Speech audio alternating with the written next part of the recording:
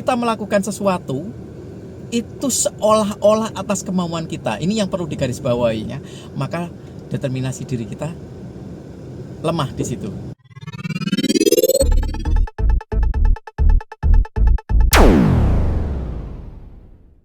Halo pemirsa Rudi Cahyo TV, ketemu lagi dengan Rudi Cahyo di sini. Ini masih di Jalan Penuh Makna.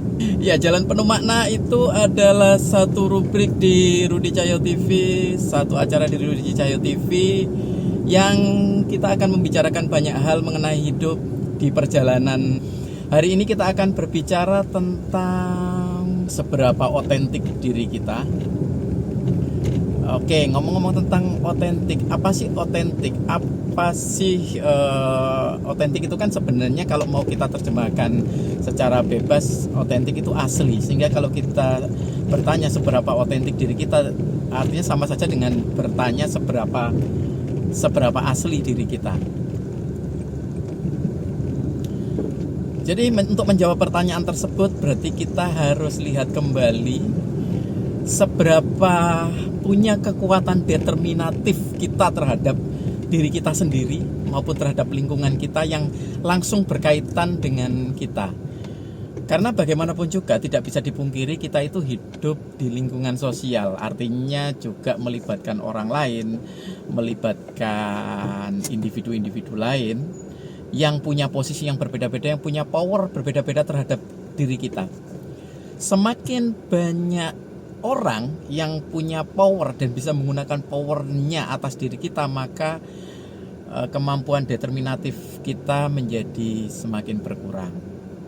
Artinya memang ada banyak hal yang perlu kita negosiasikan, tetapi di luar itu semua, sepanjang ketika kita bernegosiasi dan kemudian kita memutuskan untuk melakukan satu hal yang ternyata itu dideterminasi oleh orang lain, selama itu adalah hasil keputusan kita, kita sadar melakukannya, kita sudah memutuskan atas kemampuan diri kita, maka sebenarnya kita masih punya determinasi atas diri kita sendiri. Karena tidak mungkin kita terlepas dari orang lain, tidak mungkin kita benar-benar terbebas dan semau kita melakukan apapun yang kita mau. Tapi kita berdialog, kita transaksi dengan lingkungan kita, dengan orang lain, dan kemudian kita membuat sebuah keputusan untuk melakukan sebuah hal, baik itu keputusan itu atas kemauan kita maupun atas kemauan orang lain, tapi ketika pada akhirnya itu kita putuskan atas kesadaran pribadi kita, maka kita masih punya kemampuan determinasi.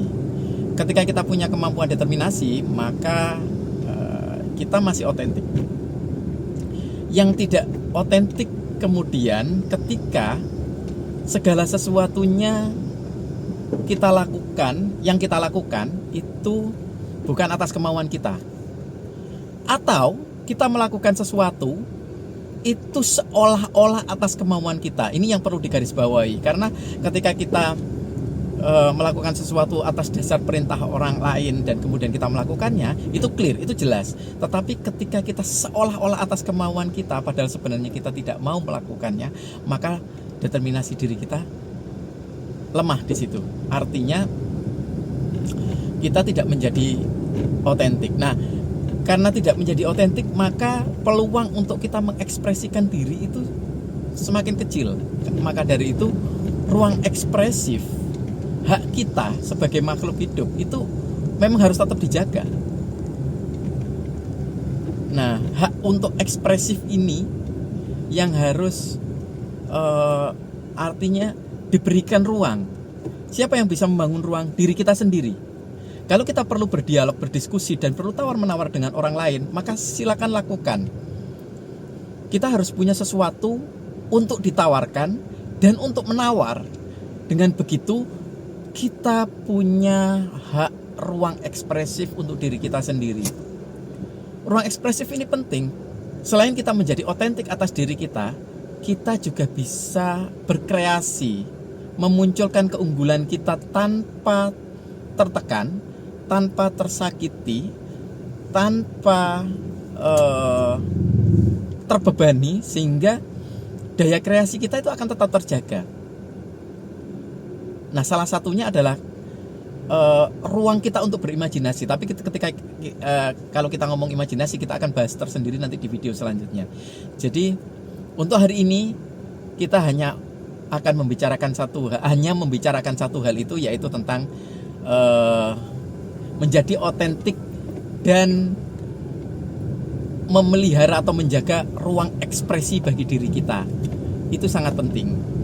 Ketika itu tidak dilakukan, maka bersiaplah untuk tidak menjadi diri sendiri, bersiaplah tidak punya ruang untuk mengekspresikan daya kreasi kita, tidak punya peluang atau semakin sempit peluang untuk berkarya, dalam artian menuangkan apa ide atau gagasan kita. Itu maka mulai dari sekarang coba lihat kembali kepada diri kita masing-masing, apakah kita sudah cukup punya ruang untuk berekspresi, apakah kita sudah menjadi otentik atau menjadi asli atas diri kita sendiri. Karena selain juga untuk membebaskan ruang berekspresi, otentisitas itu juga membuat kita jauh lebih sehat secara mental. Karena apa? Karena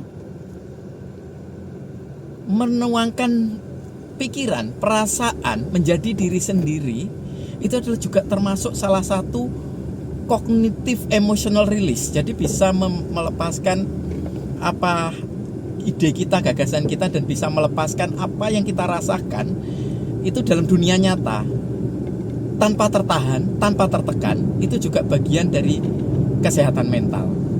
Oke, demikian untuk Jalan Penuh Makna kali ini. Sampai ketemu lagi di Jalan Penuh Makna berikutnya.